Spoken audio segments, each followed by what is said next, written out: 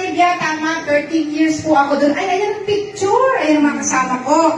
Yan, mga tisoy na yan. Oncology, tapos yung mga tisoy din doon, tagalagay ng wifi. Alam niyo yung wifi? Yes! Dialysis, catheter. Sila yung nagkakabit. Gol. Abaga sa wihara. Kita. Lalagyan mo ng catheter kasi yung baby pinanganak walang kidney. Imagine yung experience ko doon. Tapos makikita ko sa intra, pag inom ng Diyos, yung hindi umiihi. Pwede umiihi. Yes! Totoo ba yun? Kaya hanggang ngayon, from that time up to now, nandito pa kami sa lifestyle. Sige na po kayo, totoo po, nag-Saudi ako 13 years. Ganun. Totoo, hindi mo yan haka-haka. Talaga pong nakita ko yung experience ko sa medical military hospital. Yan po itsura ng military hospital. Balik natin ng konti. Yan. Nakita ko, libre yan pagka militar ka sa Saudi, libre pati dependents mo. So kahit libre ang chemo, ayaw na ng mga bata. Tapos, yung mga oncologists, yung sa kaliwa, sila yung nagbibigay ng chemo. Bago i-admit ang bata, nakasulat na yung gamot anti-antidote. Kasi may side effect talaga. So nakasulat na sa likod ng medicine, yung iinumin ng bata, kasi alam namin, tataas ang uric acid, magsusuka.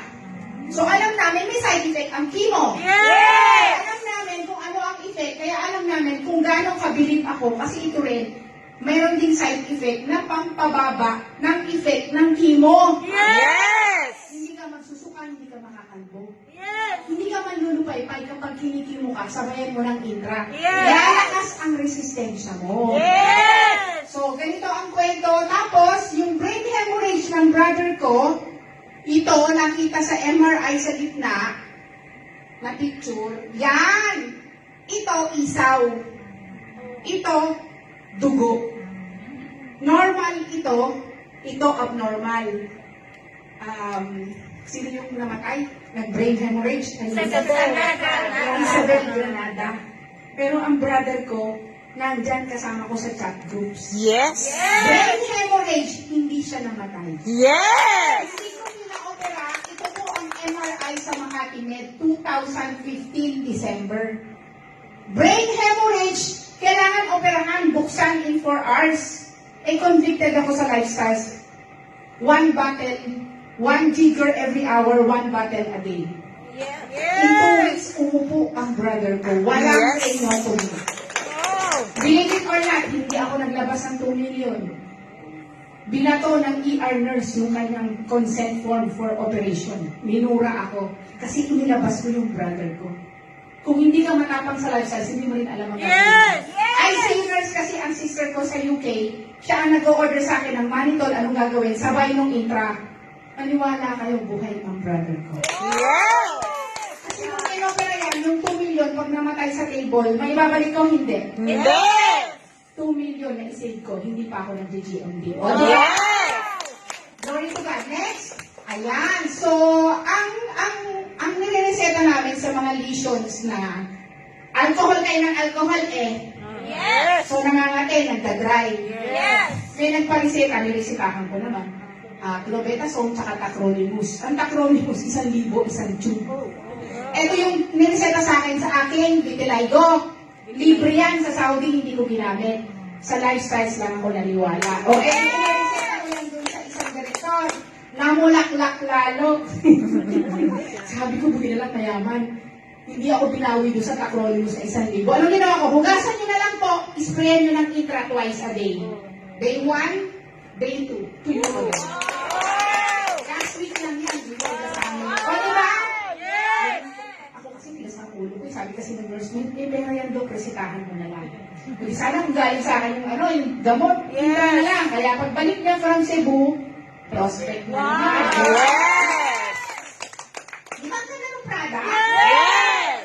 Kaya dapat, kahit hindi ka pa GMD, tuloy lang ang sakit! Dito tayo bukas. COVID, sino na COVID? O ngayon, yung nanay ko, pasaway, hindi nagpabakuna. Sa intra lang nag-rely. Tinamaan ng COVID. Naka-oxygen, pinasok. October 25, positive. Pati ako nag-positive. In 5 days, tanggal ang face mask. 5 days. After a few days, 5 days lang tanggal ang oxygen, room air. Wow. Room air. Hindi na tubo. Alam mo yung intubate? Alam mo, pinasok ko siya sa ambulance, lupay-pay. Given na ako. Wala na akong babalikan. Honestly. Binigay ko na kay Lord.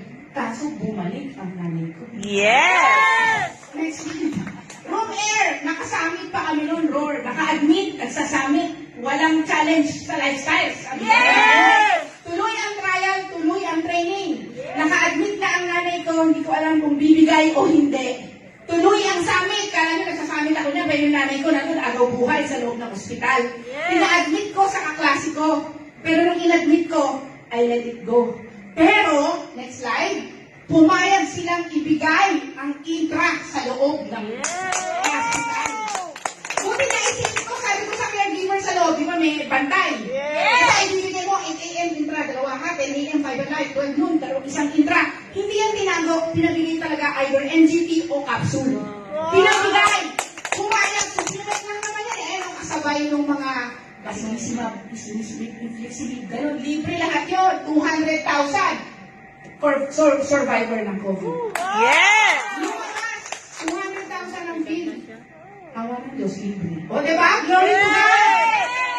So next, yan po ang testimony ko na kung ikaw hindi ka maniniwala with conviction, walang problema. Pa-admit ka sa ospital. Yes. Magpa-COVID pa kayo, huwag kayo magpabakuna. Huwag kayong magpa-booster. Matira matibay. Pag nag-next surge, ready ako. Tignan nyo, hindi ako nakamask. Kasi may intra at may booster doses. I have a new downline. Ewan ko kung nakapasok kanina sa summit. She's a doctor by profession. She owns a clinic in Commonwealth. Nakaya na sa user, hindi ko nagagawang builder. Last October, nagpa-laboratory siya ng thyroid. April 28, hindi ko na-i-post yung laboratory, nag-normal ang thyroid niya. And during that time, alam ko meron siyang skin disease. Ito pala yung latest. Kita nyo to? It's a nuclear eczema. Mahal ang derma niyan. Kasi Makate.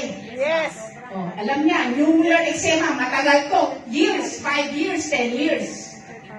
Ano ang ginawa niya? Mega doses dahil sa thyroid problem. Ano nangyari? After, she's a doctor. Oh.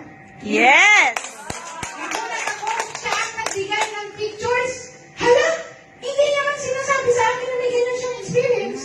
Kaya ngayon, nag-join sa summit. Oh, Yes! Glory to God. Your leaders will come when you are ready. Yes! Tapos na conflict ko, joke. Sa testimony pa lang, that's why my sister is a British NHS nurse in UK. She's a practicing ICU nurse na gusto na rin mag-resign. Ito ang gusto niya. Yes! 300,000 ang income. My God! Para kitain mo yun, 5 ICU patients ang hawak mo during COVID. Kaya mo yun, naka-dialysis? 1:1 bago mag-COVID. Nung nag-COVID, wala nang nurse, 5 ang hawak niya. Maria Jose, hindi ko alam. O paano mo gagawin yun in the next 5 years bago ka mag-retire? Ayaw na niya. Kaya ang training sabay-sabay. Yes! Kaya the mindset has to be changed. Join the GMD Summit training so you can have a mindset transformation. Yes! Global wellness, health has become a commodity.